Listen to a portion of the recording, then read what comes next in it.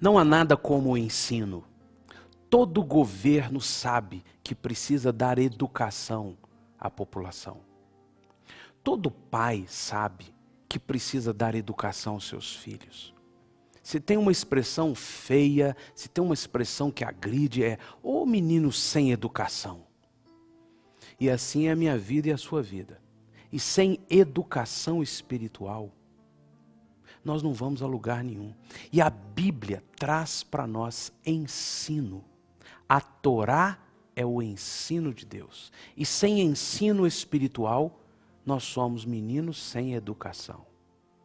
Uma pessoa sem educação é uma pessoa triste, terrível, feia.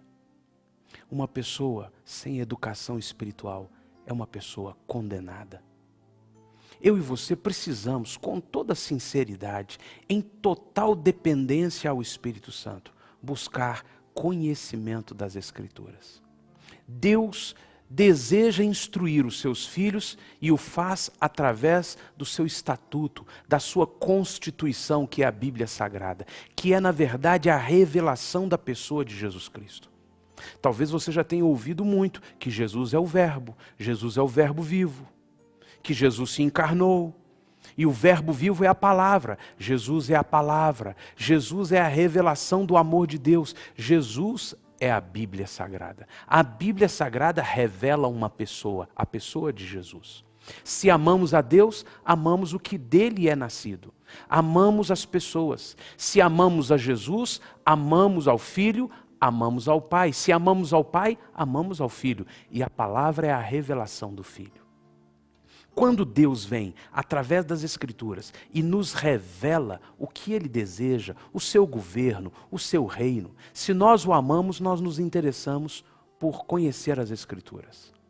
Se Ele o faz, se Ele revela a sua pessoa, o seu reino, através das Escrituras, e eu o amo, eu vou buscar conhecer as Escrituras, estudar as Escrituras. E eu estou aqui o tempo todo, enquanto ministro, eu tenho convidado você, vamos estudar juntos a Bíblia Sagrada. E eu convido novamente você, vamos estudar juntos a Bíblia Sagrada. Todo domingo, às 18 horas, eu me reúno com um grupo de pessoas para estudarmos juntos a Bíblia. Nós temos um tempo de louvor, de adoração, e vamos saber o que Deus está nos dizendo através da palavra. Toda terça-feira nós nos reunimos em células ao redor da cidade para estudar a palavra. Vamos começar uma reunião toda segunda-feira às 19h30 lá em Contagem. Se você é de Belo Horizonte, da região, você vai ter a oportunidade de participar comigo toda segunda-feira às 19h30 de um encontro lá em Contagem, de adoração e de estudo da Bíblia. Por que nós nos reunimos para estudar a Bíblia? Não é só para bater o ponto na religião, não é só para ouvir o sacerdote, o pastor, o padre, não é só para alimentar a nossa vida religiosa, é para conhecer o que Deus tem para nós. E uma das coisas que Deus diz, entre milhares de ensinos, uma das coisas que Deus diz a nós, na sua palavra é, não remova os marcos. Nós lemos no bloco anterior, o versículo de Jeremias 31, versículo 21, que diz assim: põe-te marcos, faze postes que te guiem, dirige a tua atenção à estrada, ao caminho pelo qual foste, regressa, ó Virgem de Israel, regressa a estas tuas cidades. Deus está dando uma direção, uma orientação. Homem, estabeleça marcos, estabeleça postes que vão guiar o seu caminho. Agora, lá em Deuteronômio capítulo 19, verso 14, Deus diz assim: não removerás os marcos do teu próximo, colocados pelos teus antecessores, na tua herança que receberás, na terra que o Senhor teu Deus te dá para possuíres. Muitas vezes, as pessoas dizem assim, a Bíblia é um livro muito antigo, um texto muito complexo, muito complicado, que a gente não entende, sem pé nem cabeça, sem meio, sem princípio, sem fim, uma coisa assim esquisita. Saiba você que é pela falta do Espírito Santo que eu e você vamos achar um texto bíblico complicado. Se vier o Espírito Santo, se eu deixar que o Espírito Santo venha e me instrua, pode ter certeza, eu terei compreensão, revelação do que a Bíblia diz.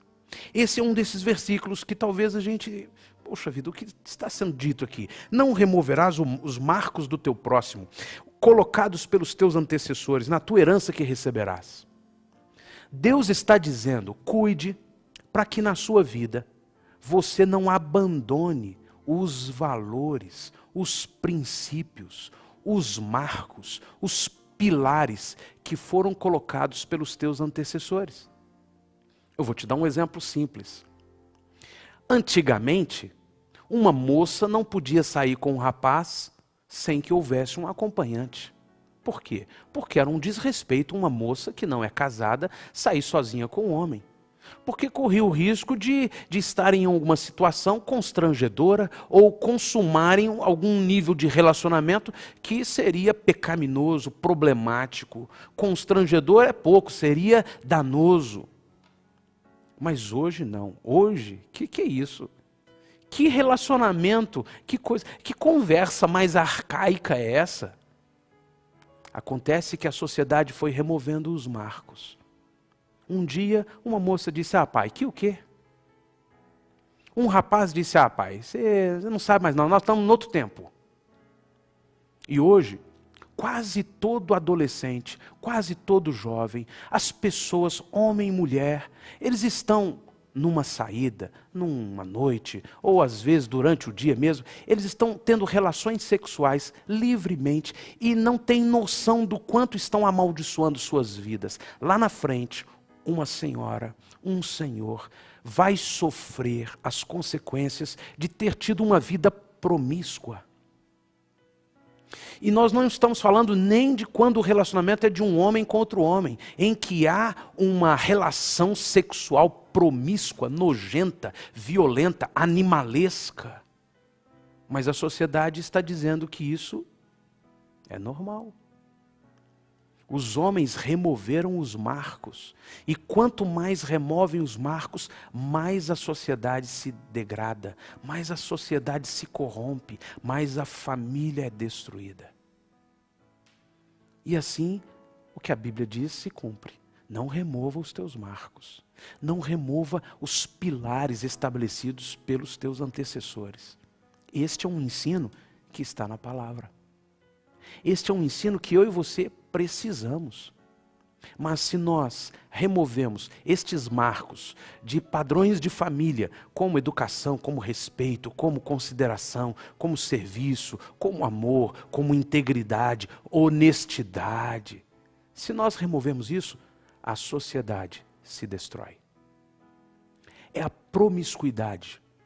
As pessoas assistem um programa na televisão e elas ficam vendo como as pessoas se relacionam numa casa, confinadas lá não sei por quanto tempo, e elas estão vendo um nível de promiscuidade, um nível de violenta promiscuidade, seja no linguajar, seja no proceder, e as pessoas estão achando que esta é a nossa sociedade. Isso é maravilhoso, isso é liberdade, e as pessoas não sabem que isso é Satanás destruindo a vida das pessoas.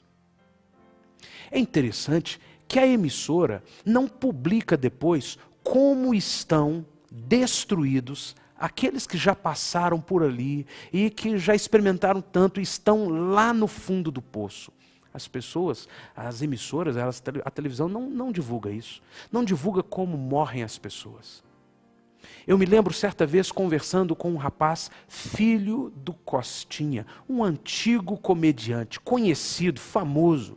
E ele me disse, meu pai morreu na miséria, na pobreza, na tristeza, e ninguém foi vê-lo.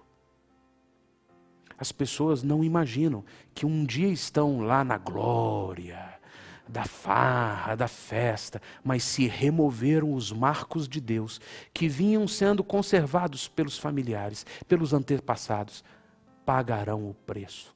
O texto é claro, em Deuteronômio capítulo 27, nós lemos assim, maldito o homem que fizer imagem esculpida ou fundida, abominação ao Senhor, obra da mão do artífice, e a puser em lugar escondido.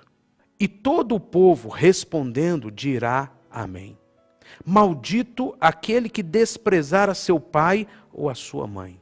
Veja o peso desta instrução da palavra. Todo filho, todo adolescente, todo jovem, toda criança, todo adulto que desonrar seu pai e sua mãe, que desprezar o seu pai e sua mãe, será amaldiçoado.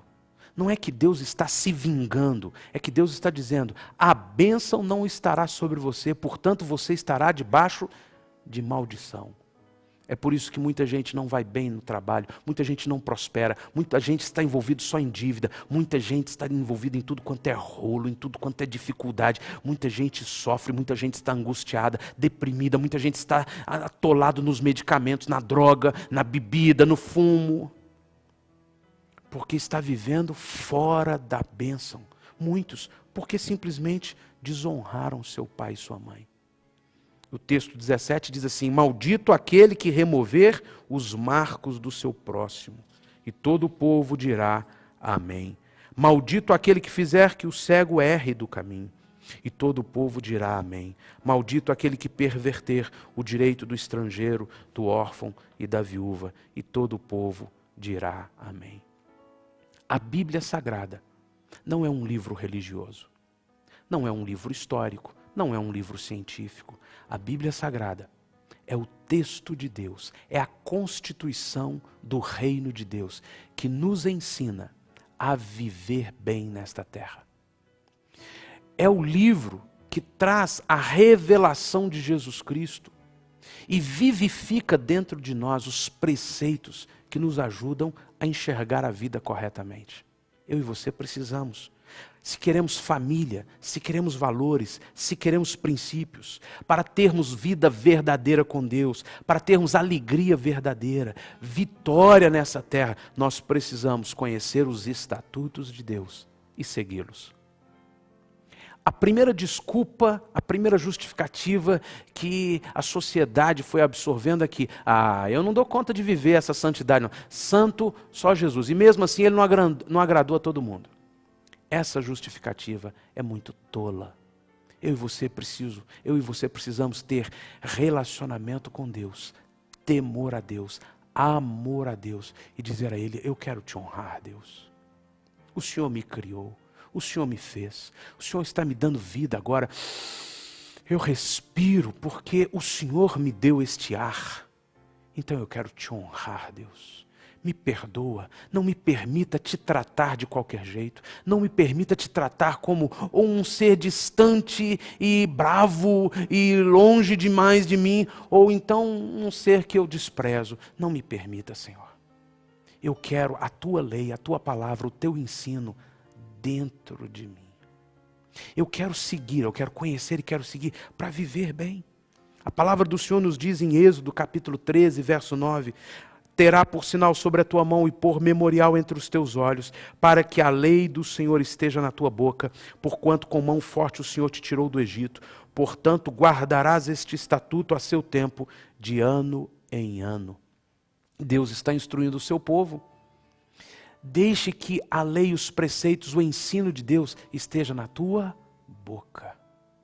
Em Josué capítulo 1, verso 7, o Senhor diz: tão somente esforça-te e tem muito bom ânimo, cuidando de fazer conforme toda a lei que o meu servo Moisés te ordenou. Não te desvies dela, nem para a direita, nem para a esquerda, a fim de que sejas bem-sucedido por onde quer que andares. Para eu e você sermos bem-sucedidos nesta terra, e quando deixarmos esta terra, nós precisamos conhecer a palavra e precisamos viver a palavra.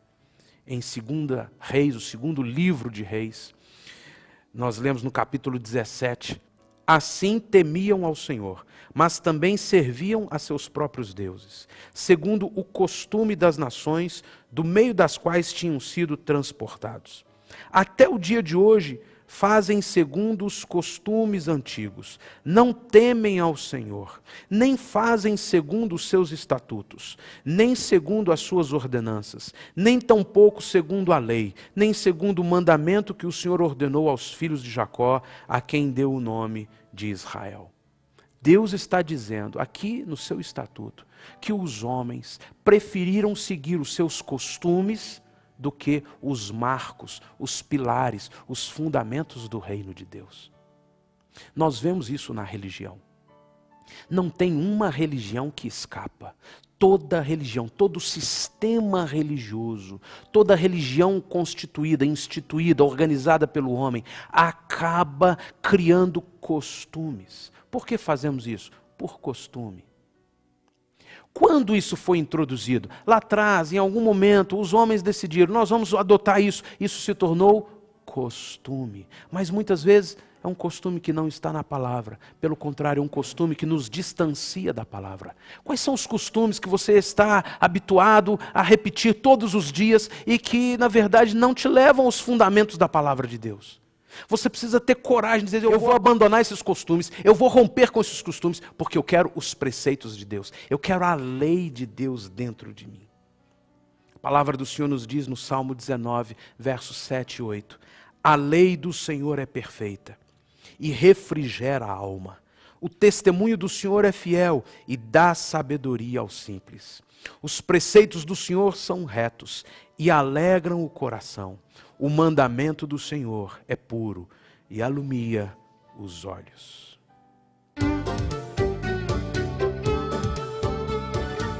Eu convido você a participar comigo, com a minha esposa, com o Azaf Borba e muitos outros irmãos do Congresso de Adoração em Jerusalém. Serão dias maravilhosos em Israel.